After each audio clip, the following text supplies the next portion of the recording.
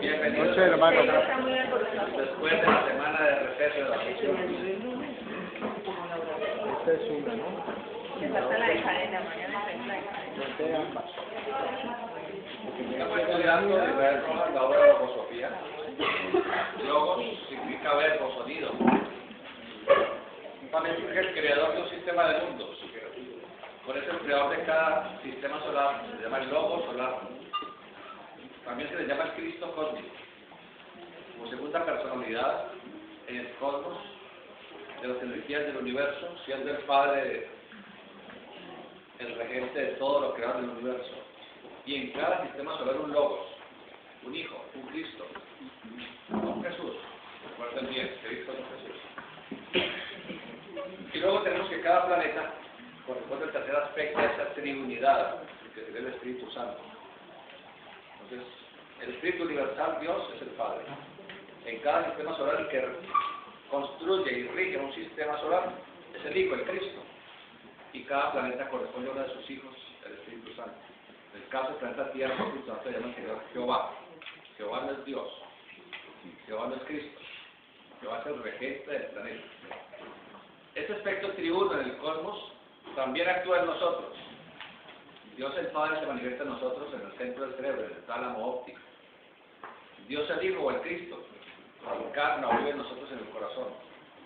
Dios Espíritu Santo vive, se manifiesta en la esfera generadora y nos permite engendrar. Por eso hemos enseñado aquella frase, quizás no comprendida, que dice que María fue fecundada por obra y gracia del Espíritu Santo. No solamente María, todas las mujeres representan a María, lo femenino, y todas las mujeres, y todas las hembras de cualquier especie, son fecundadas sin excepción por el Espíritu Santo, es decir, la energía generadora. De manera que esta obra logosofía, Sofía sabiduría, logos, sonido, la sabiduría del sonido, encarna los puntos focales en donde esa energía del logos actúa en nuestra naturaleza. La energía per se, purísima, portentosa, se llama el verbo de vida, o energía genésica, que se manifiesta en la esfera sexual, pero no es sexo, digan bien, se manifiesta, les permite engendrar.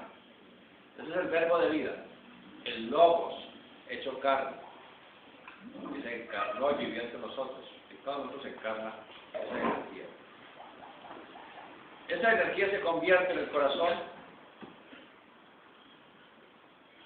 en el verbo per se, o el Cristo.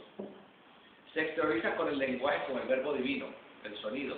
El sonido ya cuando uno lo espiritualiza. Las personas de más evolución tienen mayor capacidad en su lenguaje. La persona de menor evolución tiene menor capacidad en su lenguaje. El lenguaje es de naturaleza sagrada, así como el sexo. Si uno pierde la energía sexual, entonces está desgastando su vida, está acabando su salud, está apresurando su vejez. Si uno desgasta su palabra, que es el otro polo del verbo divino, el sonido, hablando tonterías o insultando, maldiciendo, utilizando mal el lenguaje, entonces se está también perdiendo esa energía de la vida, ese logos, ese poder. Las personas que más hablan son las que menos saben, y las que más saben son las que menos hablan. Las personas de más evolución son más calladas. Las personas de menos evolución hablan mucho. Las personas de menos evolución utilizan su lenguaje para herir a los demás, para maltratar. Las personas de más evolución utilizan su lenguaje para bendecir, para hablar cosas bellas y espirituales.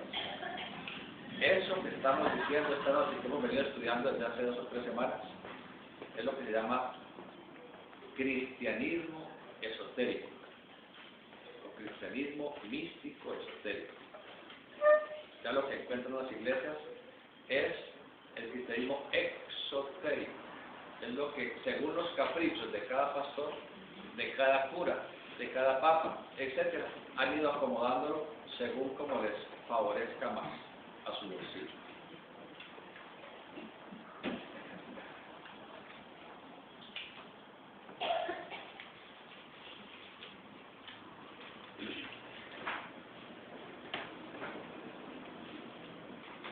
Entonces, más o menos por allí íbamos hace 15 días antes de nuestro receso. Antes de comenzar, si tienen preguntas, inquietudes, comentarios.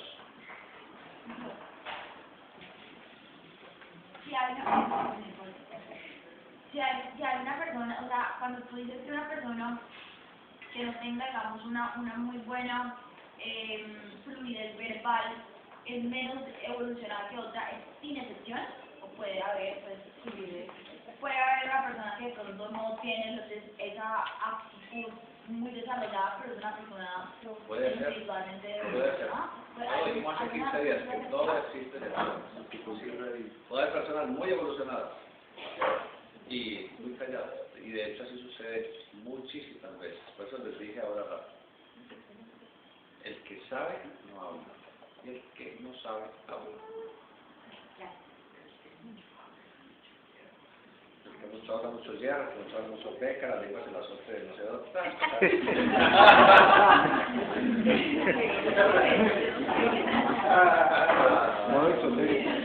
Continuamos entonces. Dice así: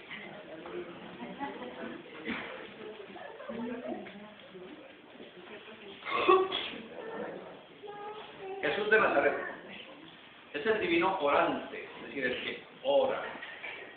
Cada palabra de él era una oración, cada enseñanza de él era oración. Ojalá algún día nosotros, quizás en esta vida, en alguna vida futura, cada palabra que pronunciáramos fuera una oración.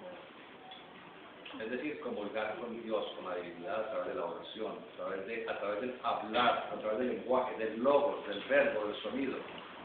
Jesús de Nazaret, el divino orante, que marcha por la superficie de la tierra a la que apenas tocan sus pies, se desliza sin caminar sobre las burbujeantes aguas de la agitada mar, se transfigura de hombre en adepto solamente por la acción poderosa del verbo ennoblecido y divinizado. Cada palabra de Jesús la seguimos repitiendo después de más de 2000 años. Cualquier nosotros decimos cualquier tontería y nadie la va a repetir después.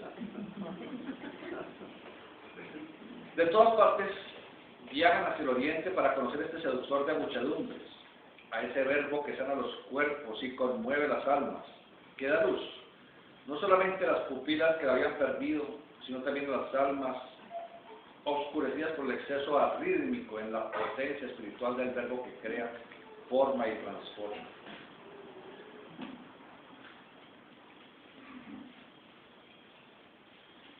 El verbo génesis, verbo de vida, energía genética, como le queramos llamar. El verbo génesis, el sonido base de todo movimiento vital, es verbo actuante en toda actividad, es energía que anima y sostiene átomos, aglomerados de átomos constituyendo moléculas, moléculas conformando organismos, aglomeración de organismos estructurando especies, conjunto de especies constituyendo fauna viviente, suma de faunas encarnando vida en función activa, sosteniéndose ellas en un planeta, y este sostenido por el verbo, por el sonido que liga, por su nota sintonizada con otra superior, y así de planeta a soles, de soles a soles, a universo. El verbo de Dios, el sonido universal, es el mismo hálito que encadena unificando todo cuanto es, cuanto ha sido y todo cuanto será. Pitágoras habló del sonido de las esferas o de la música de las esferas,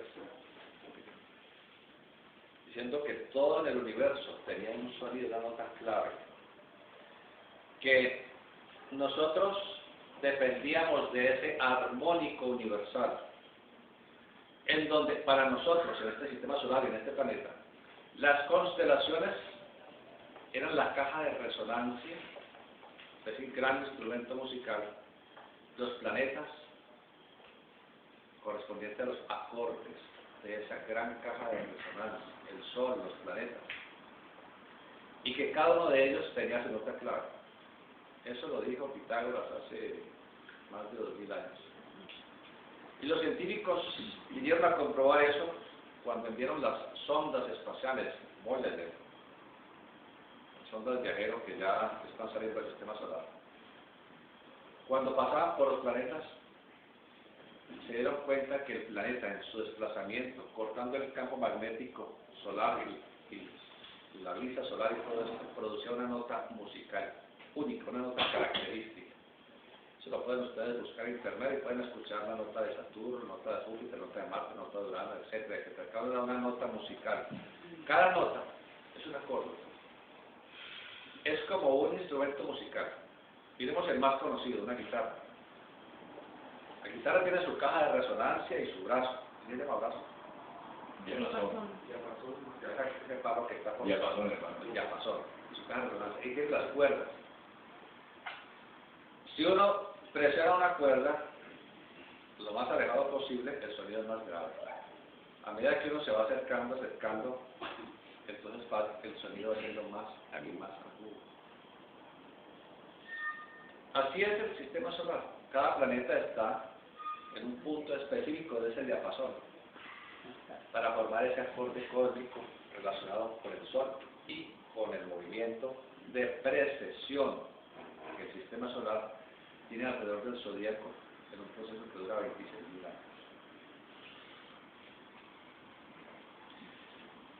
Asimismo, cada uno de nosotros tiene una nota musical característica. Por eso a las personas les gusta escuchar determinada música. Nos gustan los boleros, las baladas, el rock, la música clásica, etc. Porque cada forma musical, ¿se dice forma? ¿Cómo se dice?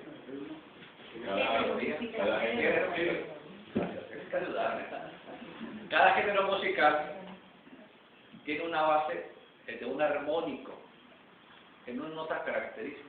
Por ejemplo, la música rock está más en notas muy bajas, son muy bajas. La música clásica son notas más bien medias. Habrá música en notas mucho más altas. En eso se basa la música, en lograr la armonía entre las notas altas y bajas. Eso es lo que hace una composición musical. Miremos una persona que toca un piano. Tiene las notas graves a la izquierda, las notas agudas a la derecha. Y él va haciendo un armónico entre unas notas y otras. Así funciona todo en el universo. La divinidad maneja el universo, digámoslo así, a través de las notas musicales, la música de las esferas. Y cada uno de nosotros responde a una nota que le es característica. Si uno conociera cuál es su nota particular, escuchando música clásica, en ese tipo de nota particular, uno podría sanar sus enfermedades. Podría recuperar la armonía perdida, si eso es lo que ha sucedido. Entonces, la música lo podemos sanar de cuerpo y de alma. Pero la música también lo puede enfermar de cuerpo y de alma. La música disonante, moderna, entre comillas, esa música enlentece la vibración de nuestro campo de energía, enferma nuestras células, paraliza las moléculas y va generando enfermedades del cuerpo y del alma. Cuando una persona escucha rock, metal y estas cosas, pues quisiera ir a pegarse su toquecito. Cuando una persona escucha esa música yo me mato.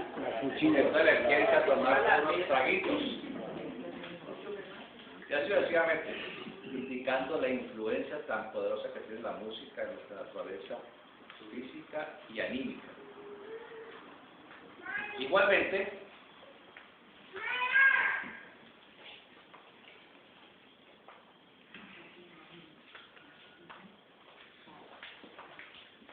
ocurre con el planeta. El planeta tiene una nota musical que se nos ha enseñado su fa. Esa es la nota tónica de la naturaleza terrestre. Una persona que sepa mucho de música podría escuchar el fa en el viento cuando está desplazándose, atravesando los árboles, los cañones de las cordilleras. Escucharía la nota fa en el caer del agua a través de las cascadas y de los riachuelos y de las quebradas. Escucharía el fa en los sonidos de las aves, el mugido de los animales. Siempre estaría escuchando, entre todas esas tonalidades que dan, hay una nota básica, el fa. El planeta Tierra. Pues cada planeta tiene una nota que le es dominante. Y es la nota con la cual tenemos que evolucionar como unidad todos los seres vivientes de este planeta. Esa es nuestra nota tónica general. Y cada uno tiene una nota tónica particular que se localiza en la base del cerebro. Un sitio que se llama la médula oblonga o oblongata o bulbo raquídeo. Sería interesante uno lograr descubrir cuál es su nota musical y así escuchar música en esa nota para mantener la salud del cuerpo y del alma. No, y hay una persona que tiene el don pues, de cantar bonito, en vez de escuchar la música, puede cantarse a sí mismo para poder sanar, o sea, pues música, pues... Si lo hace en la nota tónica, perfecto. Y de hecho, y si no, pues no pasa nada, pero no va a destruir su cuerpo. De hecho, en eso se basa una técnica que en Oriente se llama mantra yoga y en Occidente se llama hermetismo, o la ciencia del sonido. Mediante la cual, pronunciando determinadas vocales, determinadas palabras formadas por consonantes y vocales, determinadas frases, uno puede sanar su cuerpo y su alma. Y es esa técnica la que permite desarrollar clarividencia, clarividencia, intuición, telepatía, facultad de sanación y todas aquellas cosas. Es una técnica secreta, por supuesto. Pero eso es lo ideal, uno puede pronunciar los sonidos, sanarse. Y aquí lo hemos enseñado en los miércoles, por ese día.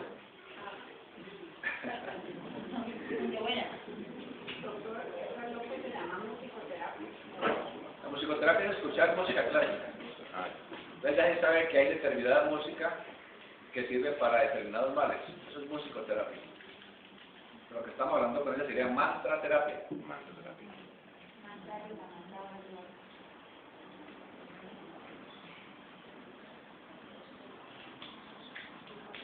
Vislumbrando a través del sentido espiritual lo que es el tono de la naturaleza y lo que en sí significa el verbo de vida, necesariamente caemos de rodillas, no en la forma, no en lo físico, sino espiritualmente ante ese divino verbo encarnado que con hierática expresión, con mística,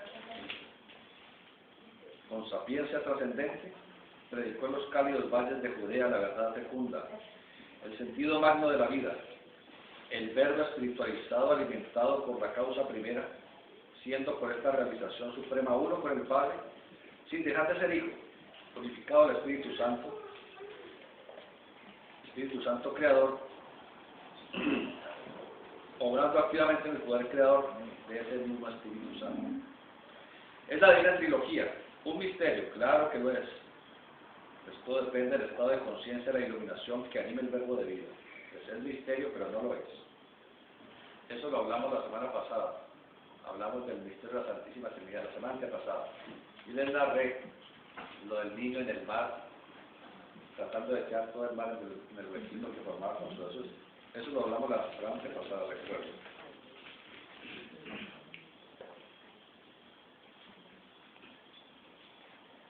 Es la divina trilogía, impulsado por el sentido espiritual, o cuando se concreta en la forma con su equivocado miraje siempre creador, pero que como la flameante espada que usara el ángel en el simbólico paraíso, estando a la puerta del mismo, a las puertas de la ciudad sagrada, no deja de entrar en ella a ninguno de aquellos que hayan devorado la manzana prohibida, la que no es posible comer decorosamente sin la voluntad prepotente de Jehová, es decir, sin el ritmo espiritualizado del verbo creador, que todo mueve y conmueve. No sé si les alcancé a decir a ustedes acerca de Adán, Eva, Caín, Abel, Noé, etc., que son personajes simbólicos, no reales. Adán representa la primera vez que la humanidad se manifestó en el planeta, y en esa época éramos hermafroditas. Estamos hablando de muchos millones de Oleada de años. vida. ¿Ah? Es una oleada de vida. Sí. Todos somos la misma realidad, pero nosotros en esa época, hace millones de años, éramos hermafroditas. Eso es lo que representa Adán.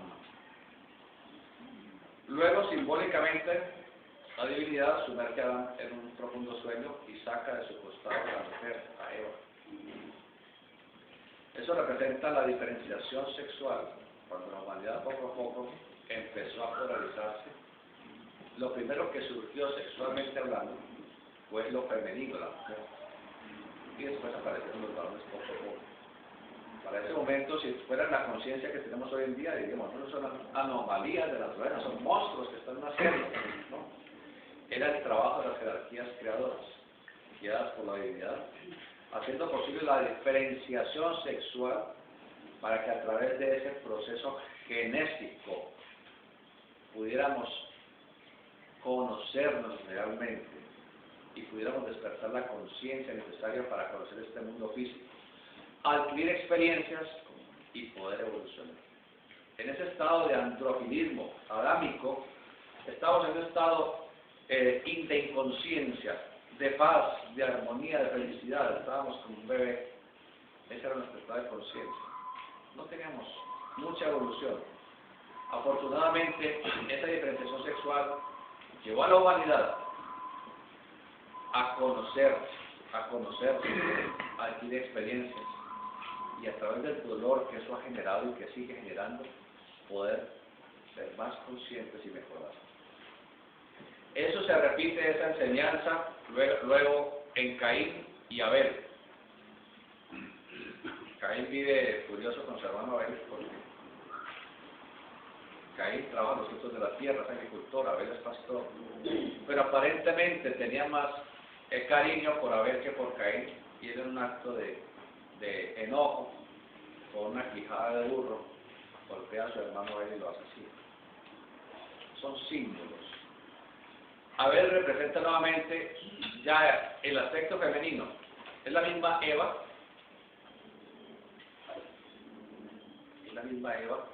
pero ya completamente diferenciada de la raza en su aspecto femenino, para empezar, para recibir a lo masculino, sexualmente hablando. Lo masculino representa a Caín. Caín es el brusco, Caín es barbado, es violento, Abel es lampiño, es sensible, es suave, encarnando lo femenino. Si uno sabe un poco de Cábala, entonces ya empieza a escribir Yod, He, Vav, He. Entonces ya sabe que Yod representa a Adán, que He, Vav, He o Jebe representa a Eva, que luego ese Jebe da origen a Jebel o Abel, nuevamente lo femenino, y que ese Yod, representando el poder creador, el verbo Génesis, siempre quiere poseer, dominar y dominar a lo femenino. La quijada de burro está representando el aspecto sexual. El burro es un animalito de mucho poder genitor, por eso son muy famosos los burritos. Entonces, cuando golpea y mata a Abel, está representando ya el acto sexual propiamente dicho. Ya estamos hablando de razas posteriores. Lo que no se dio, esto que les dije, Caín, Adán y Eva representa la tercera raza raíz, finalizando la tercera raza, llamada Lemur. La cuarta raza, llamada raza Atlante, que fue hace muchos millones de años, es ese Abel y Caín. Caín asesina a su hermano, entonces él huye. Supuestamente hasta ese momento no existen sino Adán, Eva, Caín y Abel, según la Biblia. Pero una vez que mata a Abel, esto lo que hizo, huye a tierras lejanas, y dice que al otro lado en las montañas, encontró el pueblo de Nimrod y que allá él se casó, que tuvo hijos. Ahí comienza la descendencia de Caín, Tubal, Caín y toda la descendencia posterior. Entonces, si la misma Biblia está diciendo, el mismo Génesis, que Caín se fue y encontró un pueblo, ya había un gentío por allá, allá se casó y tuvo hijos. Entonces, para que uno no coma cuento, para que no trague entero, para que no se quede el cuento de Adán y Eva. Lo de la manzana, sí, por supuesto, porque es una manzanita apetecible a los ojos y al gusto. Y la culebra, pues imagínense la culebra. ¿Cómo sería esa culebra? Hablando manzanita. Todos son símbolos sexuales, absolutamente todos. Después, más adelante, tenemos a Noé, que representa ya razas más avanzadas del Atlántico, con sus hijos, Cam, Set y Jafet,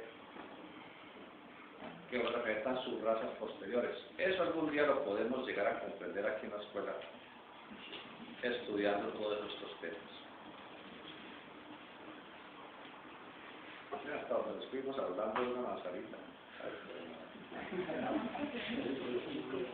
El Adán caído lo es cuando el sentido del ritmo eterno de las cosas se permite que a través y con su lengua, que como espada flamígera se mueve en todas direcciones, pronuncia la palabra manchada de envidia, de celos, de odio, de mentira, careciendo el sonido de armonía, quiebra la onda espiritual que procedente del primer logos, el Padre, nuestro Padre que está en los cielos, en la cabeza, que alimenta al hombre, que sabe hablar siempre lo justo, siempre lo recto.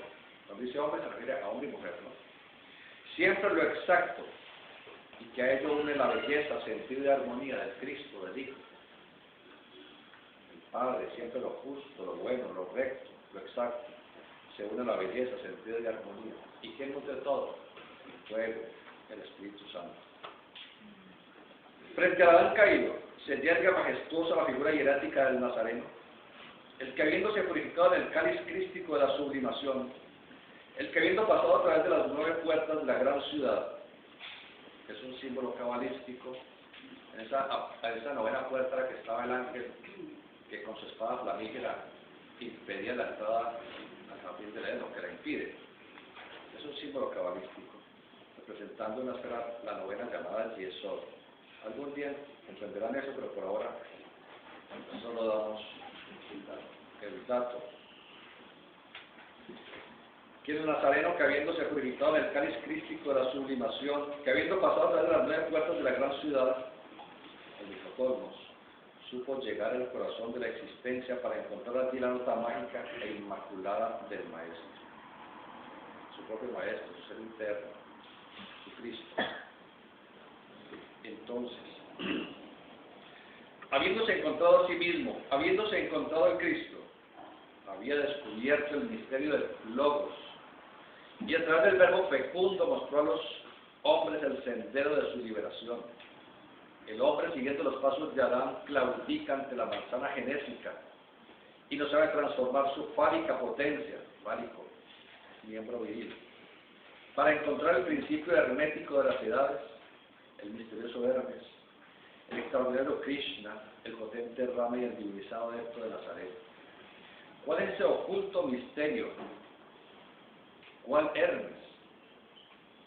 No, ¿cuál Hermes? ¿Cuál Rama? ¿Cuál Krishna? ¿Cuál Cristo? He aquí el verbo de vida, que quita los pecados del mundo. Así Juan, el verbo creador, muestra al verbo sublimado que aparece encarnado como poder viviente en el Adepto de Nazaret. Adepto, un ser sublime, esplendoroso, superior, es un adepto. A través de todos los mitos, a través de todas las leyendas hieráticas, a través de todas las filosofías, en el santuario de todas las místicas, en la cima de todas las montañas sagradas, en todos los lugares santos, siempre y eternamente palpita la fuerza del Logos divino, del verbo de vida, del Cristo Redentor. En medio de las pasiones mundanas, de los máximos egoísmos, de los extraordinarios intereses materiales, de las vanidades sociales, de la pose en la apariencia, de la supuesta grandeza tradicional y en los volubles deseos humanos. Palpita en forma misteriosa el culto al poder procreador, el culto a la fuerza, el culto hacia la fálica fuerza que se encarna objetivándose en el toro, en el cáprido, carnero, que se eleva sobre las cimas agrestes de la inclinada tierra, en el burlón pasional que se cree superhombre y diferente porque lleva una fuerza que le da un potencial que él no sabe sublimar y por tanto lo convierte en ingreído humano. Todos estos estados que acabamos de analizar hacen referencia al falicismo de todas las edades, a ese culto al sexo. Y lo sigue haciendo para todos aquellos que no habiendo comprendido el mensaje, que como llama de fuego sublimador se extendió sobre la tierra para llamar a los hombres a seguir la senda luminosa que conduce desde la piedra en que Jacob, el espíritu, reclina su cabeza hasta la cima esplendente de la llameante fuerza de luz donde se halla la divinidad. Entonces el autor está diciendo que a través de los tiempos, en todas las culturas, en todas las razas, en todas las sociedades, y aún hoy en día, todo ha girado alrededor del sexo. Y todo gira alrededor del sexo. El hombre se pone elegante para conquistar, la mujer se pone toda bonita para conquistar. ¿En qué termina la conquista? Allá. Termina en la unión, sexo. Los animales, todo su cortejo es con el único fin de procrear. Las aves, el ave macho que es más grande, más colorida, al contrario que los humanos, las aves machos son hermosísimas. Las aves hembras son pequeñitas, hay paliduchas ahí, sin ningún colorido. Entonces el macho llega y pone sus colores, y hace sus golpeos, y saca su buche y todo para conquistar a las hembras, y las arrastra al ala y todo. Aquí hay muchos que saben de eso, ¿no? Pero bien, en los animales que tienen su cornamenta, el que tiene los cuernos más grandes es el más macho machote, es el que doblega a los demás, es el que se da toques con nosotros, les quiebra sus cuernos y todo y se queda con las hembras, con la manada. En los animales, en todos los animales, entonces está el macho alfa, que es el que posee al grupo de hembras que se encuentran allí, y los otros tienen que aguantar. Y no hay nada más. Y si llega uno más bravo, pues está el alfa y ya se va a hacer el alfa. El colorido de las flores, ¿qué finalidad tiene? Solamente es una finalidad sexual, nada más. Para que las aves de pico largo que polinizan, entonces vayan y toman el néctar y luego ven esa flor tan hermosa y van allá y meten el pico y fecundan. O las abejas se guían mucho por ese colorido de las flores para ir a buscar el néctar. No es otra función en los vegetales que la fecundación. En los animales, la fecundación. En los seres humanos, que viene a ser la fecundación, no, es poseer y ser poseído. Eso es todo. Esa es la finalidad del ser humano. El ser humano, desde que despierta esa poderosa energía, símbolo de la serpiente. Serpiente es eso, conocimiento. Ese es el símbolo de la serpiente en el paraíso. Hace que el jovencito, la jovencita en la pubertad, la adolescencia, sientan ese impulso genitor, ese impulso primario, y sientan ese deseo tremendo de estar con la otra polaridad.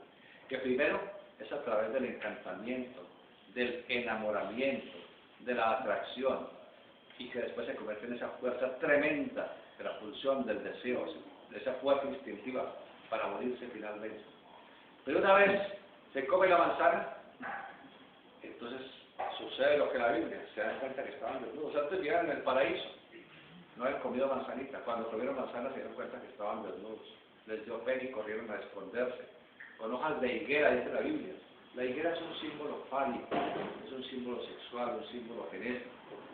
Y el ser humano, una vez que conoce el sexo, la vida se le vuelve un infierno. Mientras no se conoce el sexo, uno está en el paraíso. Los niños están felices, niños y niñas, andan de todos y no les importa.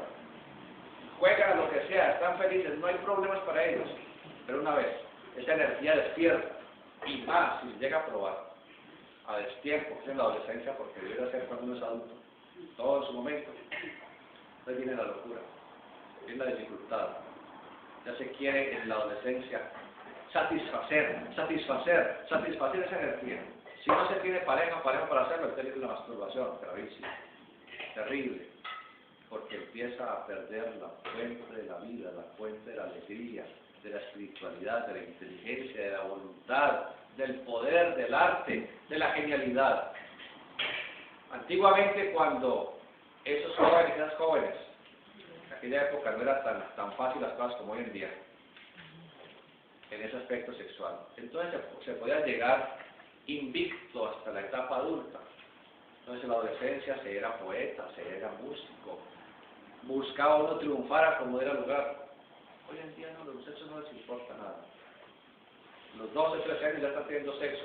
Ustedes no quieren triunfar, no quieren estudiar, no quieren hacer nada, solo quieren estar tirados en una cama, colocando música rock que les golpee su cuerpo emocional y que les destruye su cuerpo vital. No les interesa nada más. Se ha degenerado la raza, la humanidad se ha deteriorado tremendamente por el abuso y el mal uso de la energía del verbo génesis, de ese poder que nos dio la divinidad para perpetuarnos. Miren que es una ley natural. Los microorganismos se están reproduciendo permanentemente, las bacterias están reproduciéndose sin descanso, a toda hora, ellas no descansan jamás. Las bacterias, los protozoarios, todos estos microorganismos. Los vegetales están siempre buscando la fecundación, siempre. Los animales, vienen las épocas llamadas de Brahma, es decir, las épocas cuando están en celo, las hembras, para estarse perpetuando. Para eso entonces, las jerarquías creadoras, bajo la ayuda de los ángeles, llevan a muchas especies llamadas migratorias, durante miles de kilómetros, solamente para que se reproduzcan, nada más.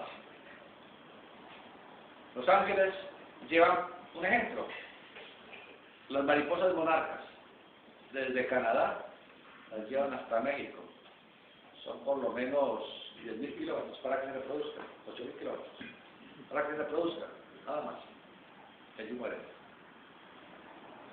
Los peces, estos peces que tienen que migrar, nacen, por ejemplo, en el Canadá, en los ríos del Canadá, salen de allí como pececitos muy pequeños, ¿cómo se llaman? Alevinos. Alevinos. Los alevinos salen al mar, recorren centenares de kilómetros, desarrollándose, creciéndose, cuando ya tienen su buen tamaño de 4 o 5 kilos y ya cumplieron su ciclo. Los ángeles llevan toneladas de salmón, nuevamente, a que vayan donde nacieron, a que mueran, pero antes de morir tienen que desovar. Los primeros llegan las hembras, los ángeles traen las hembras, y ellas llegan y depositan sus huevecillos, desovan, se llama, desovan, liberan todos sus huevos, y siguen subiendo por las corrientes para que los otros animales, ustedes han visto, los osos, etcétera, coman, se nutran, y se mueren, terminan su ciclo. Después, que ya han desobado, los ángeles llevan a todos los peces machos, los salmones, hasta ese sitio también, que llegan allá, y cuando llegan al sitio donde están los huevecillos, el biólogo diría, la sustancia química que liberan los huevos hace que el macho perciba ese aroma, y entonces por fototactismo químico o quimiotactismo, entonces ellos ya liberan su esperma y fecundan de esa manera los huevecillos. No, eso lo hacen los ángeles. Ya los animalitos, para que ocurra ese proceso, ellos también tienen que fallecer allí y reinicia el ciclo. Los ánades, los patos silvestres que vienen desde Canadá y Estados Unidos, ellos tienen que volar 5.000, 10.000 kilómetros para llegar a Centroamérica y a Sudamérica, solamente a reproducirse, mientras pasa el invierno, luego van a pasar el verano allá, y es un ciclo eterno. La ciencia no entiende mucho de eso, dice que lo que pasa es que estos animales, llámense peces, llámense aves, llámense mariposas, tienen una magnetita, tienen un pedazo de piedra magnética en la cabeza, en el cerebro, entonces que se guían por los campos magnéticos de la Tierra, y le meten uno todos los cuentos, y uno dice, se meten los dedos a la boca, estamos felices. Estas son las creencias esotéricas que los clarividentes han visto durante milenios, y que cualquiera de nosotros, si desarrolla clarividencia, puede observar a esos llamados espíritu grupo, que son humanidades de ángeles, que son humanos superiores a nosotros, que ya no tienen cuerpo físico, que hacen que se produzcan todos esos procesos de reproducción, de migración y cosas por el estilo. eso lo hacen ellos. Y uno puede verlo. Uno puede ver el espíritu bruto de los animales. Y puede ver cómo interactúan con los animales que no tienen un espíritu interno, que no tienen conciencia, pero no pueden ser dirigidos desde afuera por estas jerarquías creadoras llamadas los espíritus brutos. Toda la naturaleza se basa en ese proceso de fecundación. El universo fue un solo proceso de fecundación, la llamada gran explosión, que los científicos cada día encuentran más y más razones de ser de que eso probablemente sucedió. No es más que ese proceso, ese orgasmo cósmico en el cual el fuego de Dios fecundó las aguas de la vida. Es decir, el polvo cósmico coexistente. El universo es ilimitado e infinito. Y coexiste por siempre y por toda eternidad materia y energía. La energía presionó la materia y eso dio origen al nacimiento del universo. Un fuego gigantesco y un pacto ingente, monstruoso. Así se originan los soles en las nebulosas. En cada nebulosa, por ejemplo la nebulosa del Águila, llamada el nido de estrellas, aquí en esta misma galaxia, están surgiendo permanentemente soles en medio de esa cantidad de nubosidad, se llama nebulosa. Es gran cantidad de polvo cósmico, de materia, la cual es presionada por la energía del logos, de la divinidad. Cada uno de esos logos, Cristos, dioses, forma de ese polvo cósmico, forma su pequeño sistema solar y se va aislando en el espacio-tiempo, porque constantemente, y eso lo sabe la ciencia, el espacio está creciendo, dilatándose. Las galaxias están separando unas de otras. ¿Para qué se separan unas de otras? Para que en la galaxia puedan ir surgiendo, naciendo nuevos sistemas solares. Por eso tiene que crecer. ¿Y dónde surgen los sistemas solares? A lo largo de miles de millones de años, nosotros haremos sistemas solares. Cada uno de nosotros será un logos Cristo. Nos aislaremos y de una nebulosa obtendremos el material para formar un sistema solar. Y nosotros tendremos la obligación de engendrar en alguno o algunos de los planetas humanidades análogas, más no iguales a nosotros, para que evolucionen en un esquema análogo a nosotros, pero mucho más superior. Entonces, en un crescendo de conciencia infinito. La ciencia dice, habían pensado que como el universo se está expandiendo, entonces llegaría un momento en que se separarían tanto las galaxias unas de otras, que las fuerzas gravitacionales desaparecerían, y que las galaxias se irían acabando su combustible termonuclear y que entonces se irían apagando, que al fin de los tiempos el universo se pondría oscuro y serían tantas las distancias entre las galaxias y tantas las distancias entre las estrellas y que además se apagarían, que sería imposible ver nada, que ahí se acaba todo. Eso lo decían hace 10 años y el año pasado dijeron, uy, pero no, sí, pero no. Resulta que sí, las galaxias se están separando, el universo se está expandiendo, pero es un proceso que han demostrado que no tiene fin. Han visto que ese proceso no es como ellos pensaban, eso se iba a apagar y que eso se iba a quedar lento y que la ley del magnetismo universal iba a desaparecer y que todo se iba a acabar. Dijeron, no, estábamos equivocados, pero no saben cómo explicar todas las situaciones. Hoy en día dicen una cosa, mañana dicen otra y pasado mañana vuelven al principio. Y así se distrae. Es bueno distraerse. Yo estoy hablando de muchas cosas que no son, pero bueno.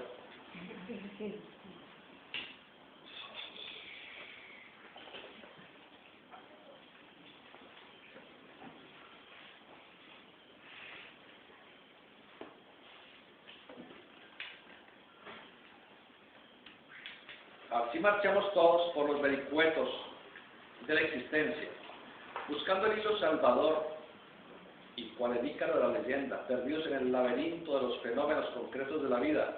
No podemos hacer el hilo de Ariadna que nos salve de tamaña dificultad. Ya les conté el hilo de Ariadna hace 4 semanas cuando comenzamos el libro. Cual ícaro. Muchos creemos que en la vanidad humana de nuestra mente se puede encontrar la fuerza para abrirnos camino hacia el esplendente sol de realidades trascendentales, pero nos ocurre que cual el Dios del mito quemamos nuestras alas de nuestro propio egotismo y nos desplomamos destrozando el ritmo de nuestras propias vidas. No es la mente la que salva, pues ella es la esclavizadora. No es la voluntad humana plena de egotismos la que redime, pues ella está encadenada por los deseos que nos mantienen ligados a la roca en la cual el audaz Prometeo fue sometido por los dioses para que pagara con el sufrimiento y la experiencia el orgullo de su rebelión. Entonces está hablando de una cantidad de símbolos internos que cuando uno los conoce, pues sabe la trascendencia de la enseñanza interna de la que está hablando. Cuando uno los conoce, pues, el Prometeo, sí, como que un señor que le comían los tripas y ya. Ícaro, así como que le puso unas alas con cera y que fue al sol y se le derritió la cera y se cayó. Pero es bueno llegar a meditar, ir y buscar en mitología quién fue Ícaro, qué pasó con él, ir y buscar el libro de Ariadna, qué es eso, el laberinto, el Minotauro, y meditar. Prometeo, que robó el fuego a los dioses, y cómo fue encadenado y cómo fue castigado, etc. Meditar, ¿eso qué significa? Con todo lo que yo les he dicho, ustedes están en capacidad de encontrar el verdadero y profundo significado, ya no como mito, sino como realidad. No les vaya a pasar como al curita aquel y la confesión aquella de que esto no es, ¿cómo es? Sino verdad y todo eso. Bueno, entonces Prometeo fue sometido por los dioses para que pagara con el sufrimiento y la experiencia el orgullo de su rebelión. Más tarde Júpiter, el verbo fecundo, se compadeció de él y le mostró en sus aquilatados ritmos, en sus delicadas melodías, en su hondo sentido espiritual, cómo solamente en él y por él puede obtenerse la liberación, salvando las dificultades que nos atan a la roca tosca y dura de nuestros propios deseos cristalizantes del verbo Génesis, como lo dijera el iniciado Moisés. Hay una obra mía que pueden consultar en internet que se llama Los dioses del Olimpo, donde hablamos de Júpiter, de Marte, de Saturno, de todos, en sus nombres tanto griegos como romanos. Ares entre los griegos, Marte entre los romanos, Zeus entre los griegos, Júpiter entre los romanos, etcétera, etcétera. Para que digamos que eso no es mitología, sino que es realidad trascendente dentro de nosotros. ¿Y por qué dice aquí el autor que Júpiter, con él y por él, con Júpiter, con él y por él puede obtenerse la liberación, salvando las dificultades que nos atan a la roca tosca y dura de nuestros propios deseos, el verbo Génesis.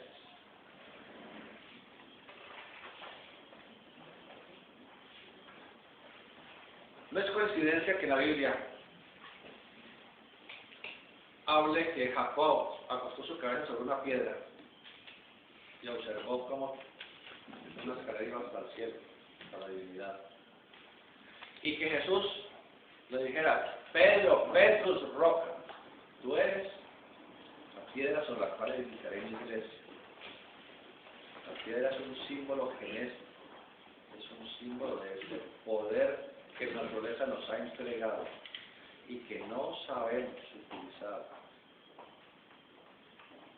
Los masones hablan de tener una piedra y tienen en la entrada de su templo una piedra.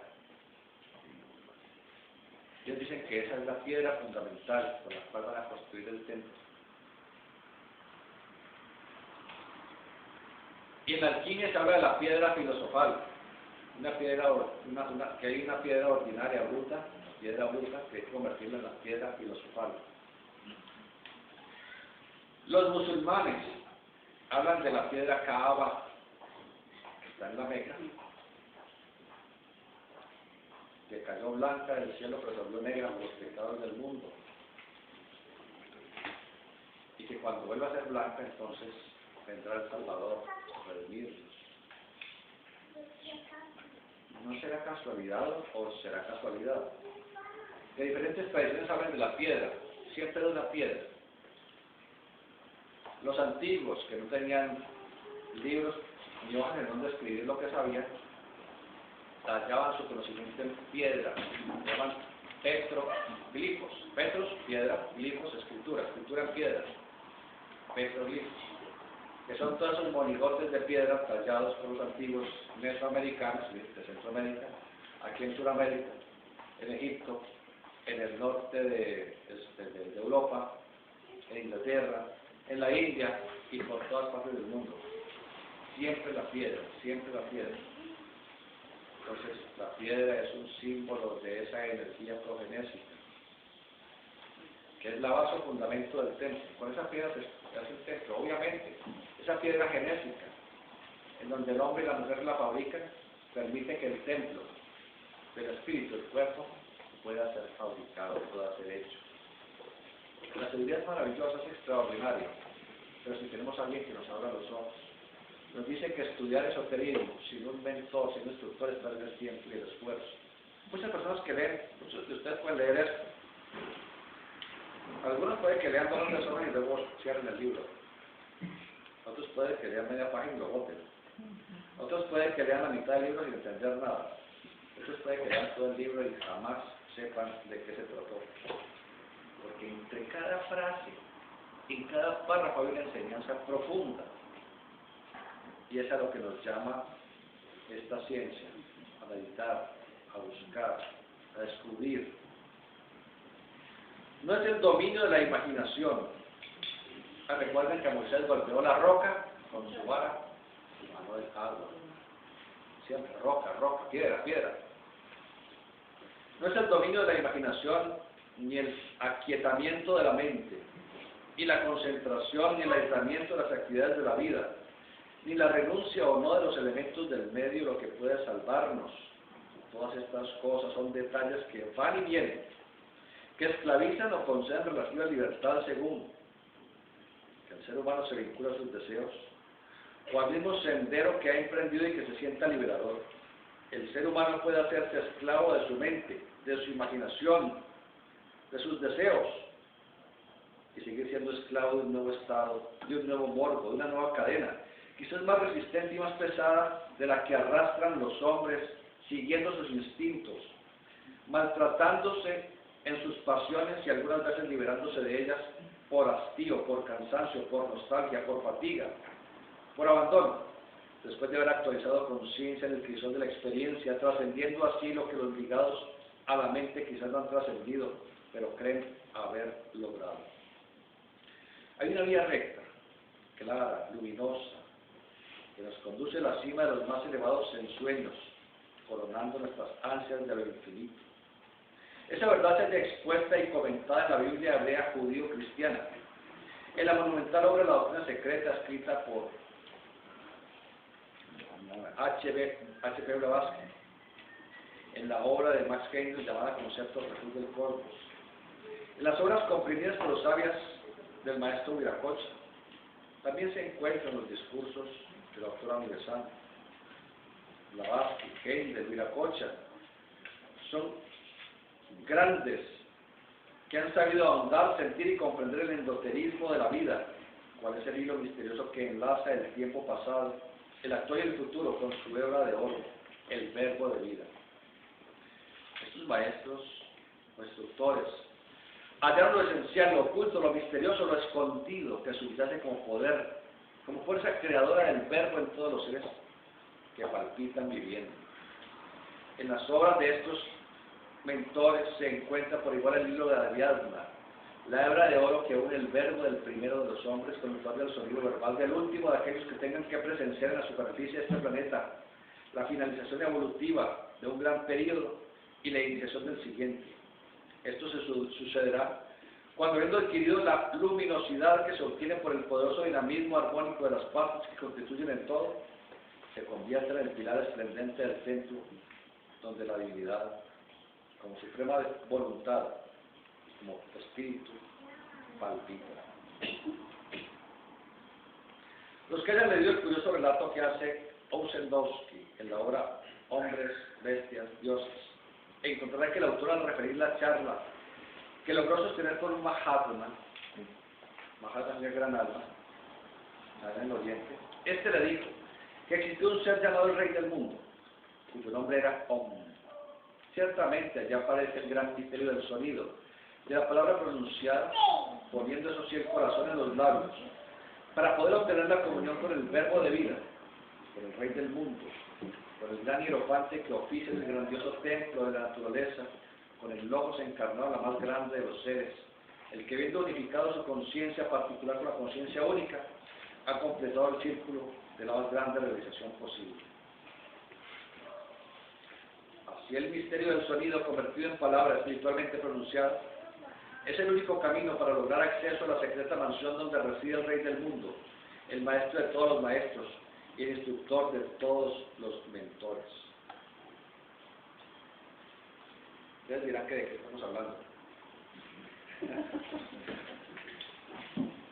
Pues ya que nos estudiaron los libros, pues ¿qué hacemos?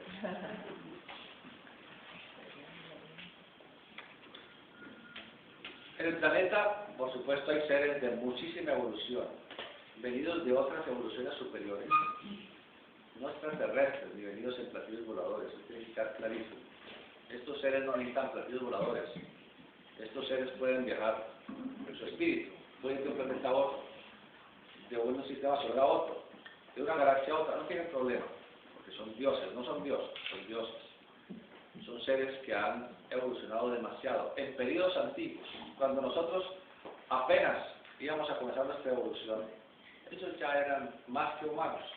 Recuerden, la evolución comienza como mineral, pasa a ser vegetal, animal, humano, luego angélico, arcangélico, y así sucesivamente en creciendo de conciencia, hasta llegar a Demiurgo, el creador, el gran Logos, el gran Dios. En el planeta Tierra hay uno de esos seres, un gran Dios, un gran demiurgo llamado el Rey del mundo. ¿Quieren saber el nombre? Sanat Kumara, el Rey del mundo. Es el que lo simbolizan como el niño Dios. El niño Jesús de Praga. Ustedes han visto la estatua o la estampita del niño Jesús de Praga. Es un símbolo no de Jesús, sino del Sanat Kumara, el Rey del mundo, el maestro de los maestros, el que ayudó a que seres como Jesús, Buda, Krishna y otros menos conocidos lograran esa talla espiritual que alcanzaron en su momento. Es el Rey del mundo. Se dice que cuando el Rey del mundo pronuncia la palabra sagrada, toda la naturaleza tiene un cambio. Entonces, todos los días el Rey del mundo pronuncia una palabra sagrada. Según esa obra, hombres, dioses, bestias. En el desierto de Gobi habita este gran ser. El desierto de Gobi es un desierto inmenso, ingente en el Asia, a donde nadie se aventura a pasar jamás. Pero existía la tradición que los viajeros que tenían que atravesar por partes de ese desierto,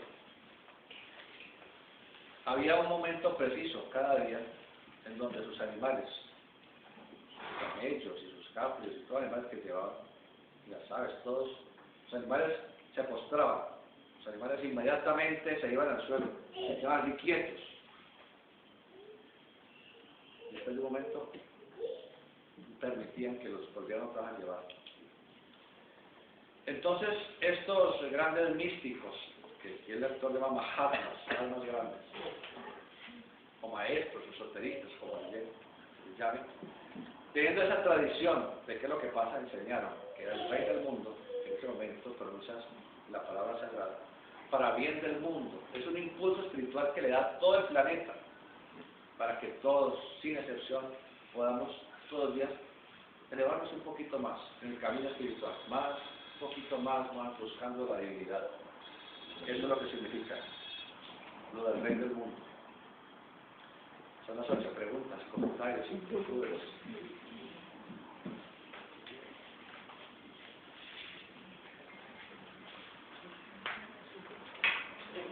¿La pregunta, cierto? ¿Preguntas? Las clases no generan preguntas, inquietudes, no está claridura, nada. El niño Jesús de Praga, Sanat Kumara. acá, porque acá en la tierra ese nombre. Le pusieron ese nombre los curas. Sanat Kumara. Sanat Kumara. Él es uno de los, quizás el ser más avanzado de la evolución de Venus. En Venus la humanidad no tiene cuerpo físico, Recuerden que tenemos cuerpo físico, cuerpo vital, cuerpo emocional, cuerpo mental, cuerpo imaginal, cuerpo sensorial, cuerpo conceptivo, 7 cuerpos. En Venus, el cuerpo más denso que tiene es cuerpo emocional y de ahí para arriba, de lo físico y vital